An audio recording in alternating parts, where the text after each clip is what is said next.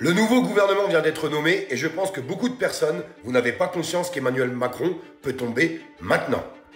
Ce nouveau gouvernement qui a été nommé principalement de nouveaux ministres issus de la Macronie ou des Républicains, enfin une partie des Républicains, ceux qui se sont alliés à Emmanuel Macron pendant ces législatives. Je pense que vous en êtes tous conscients.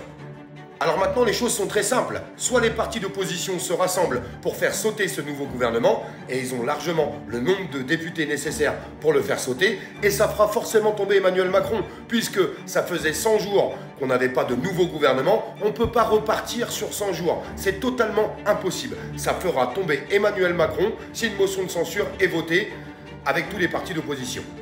Alors forcément, la gauche et les écologistes ont déjà annoncé une motion de censure. Il faut savoir les choses et il faut retourner un petit peu en arrière. Toutes les motions de censure qu'avait déposées le Rassemblement National, la gauche ne l'a jamais votée. Vous pouvez aller vérifier ce que je suis en train de vous dire. La gauche n'a jamais voté une motion de censure du Rassemblement National. Maintenant, une motion de censure pour faire sauter ce nouveau gouvernement va être déposée par la gauche et par les écologistes. Il faut que le Rassemblement National vote cette motion de censure. Et je pense qu'ils sont capables de le faire. Et s'ils ne le font pas, ils vont se fâcher avec tous leurs électeurs. C'est une certitude.